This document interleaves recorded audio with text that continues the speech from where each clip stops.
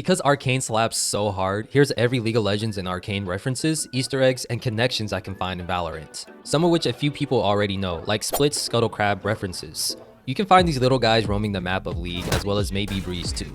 Including this guy who pops out of this little hole and wraps around the corner of Breeze, near Defender side. And it turns out that Brimstone is really good at catching them. I guess there's no faker Scuttle Crabs in Valorant's universe. At least I haven't found any yet. But first, I would deeply appreciate it if you considered liking and subscribing to this channel, as well as be a member in the future. I have these subscriber milestone goals. At 1K, we'll do a Q&A plus a deep dive video on one specific agent that you guys vote on. At 5,000 subscribers, I'll do a live stream power scaling video with the community, and then put out a separate video based on what you guys vote on, as well as my own opinions too. At 10,000 subscribers, I'll do a full-on video detailing everything that I can find in Valorant's lore, which will most likely be over 2 hours. Thank you for your time. Please consider subscribing, and let's get back on track with this topic. Regardless, you can find this near mid on attacker side of B.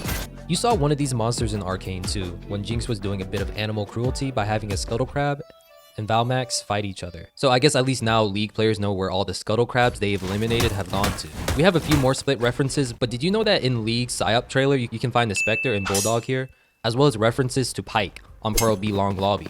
There will be a door here named the Deep End, and you'll see a shark with shark teeth and a jagged dagger. All these things can be a reference to Pyke, a character who's associated with the sea, which Pearl is currently located in on Omega Earth. We'll come back to Pyke later. I have known about KJ's love of Arcane and League of Legends. Hello, Killjoy here.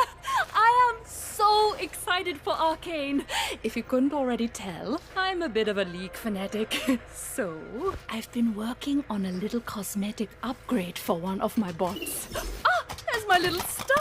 You're going to look absolutely incredible in your Heimerdinger turret cosplay. Oh, there's Botty.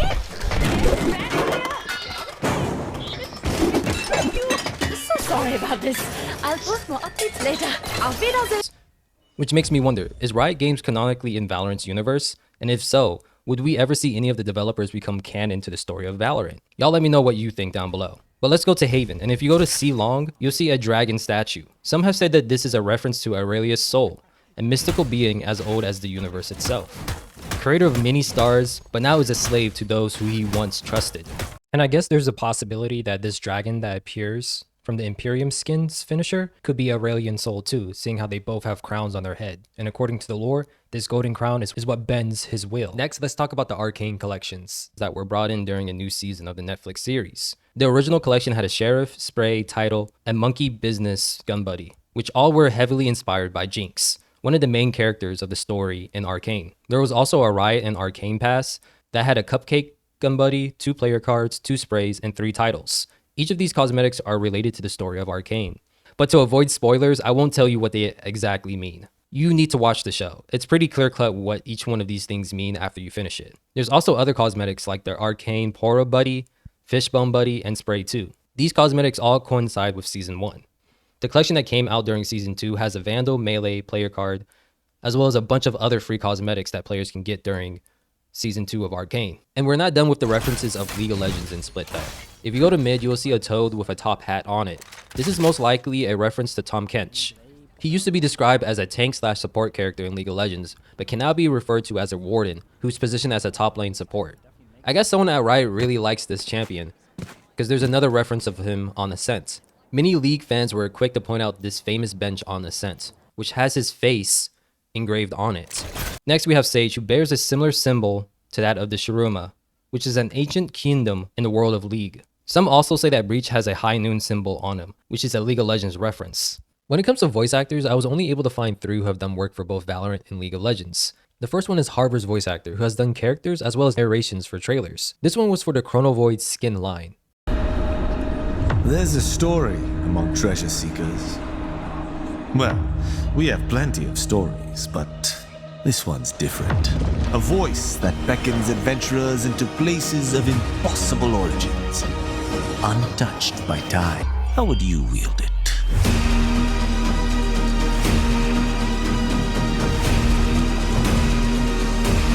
You'll hear the League of Legends trailer later in this video. There are 2 other voice actors who are in both League and Valorant. one of which is Neon's and Zari's voice actor. Both characters have strong Filipino ties, electric-based powers, and can slide in-game. No way this is a coincidence, right? And the last voice actor that I could find who has done work in both Valorant and League of Legends is Cynthia K. McWilliams, who worked on Senna and is the voice announcer for Valorant. If I miss any other voice actors who have worked with both Valorant and League of Legends, let me know down below. But to get back to cosmetics, the Doodle Bud collection has the League variation to them. And there are many champions that you can find within this collection. Some only appear on certain weapons, like the Ares, who has a music group called Pentakill on it.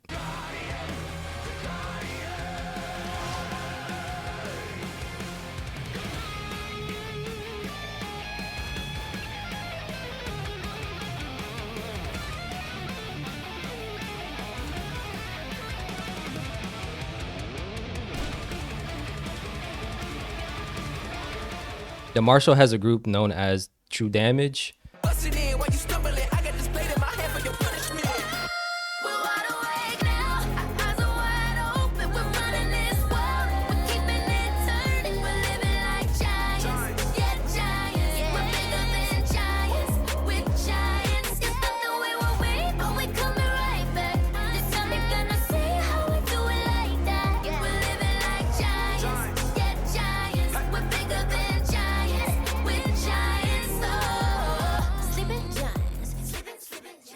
And the most well-known music group in League of Legends is KDA, who only appear on the Phantom skin and League of Legends player card.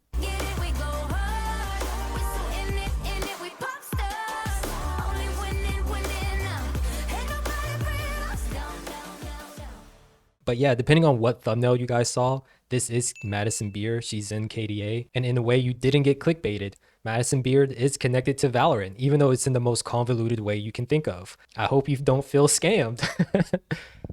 Speaking of KDA, the mic drop spray is a reference to one of their members, Seraphine, who uses it in her KDA All-Out Superstar skin. Now, when it comes to skins, the most recognizable League and Valorant crossover is the Sentinels of Light and Ruination collections. These skin lines are related to the story of the Ruined King, Viego, versus the Sentinels of Light.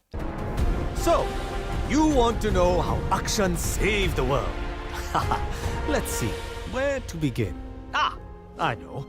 A very long time ago, the king of Camavor fell in love with a humble seamstress. They were soon married, but it didn't last. Poor Isolde was tragically killed.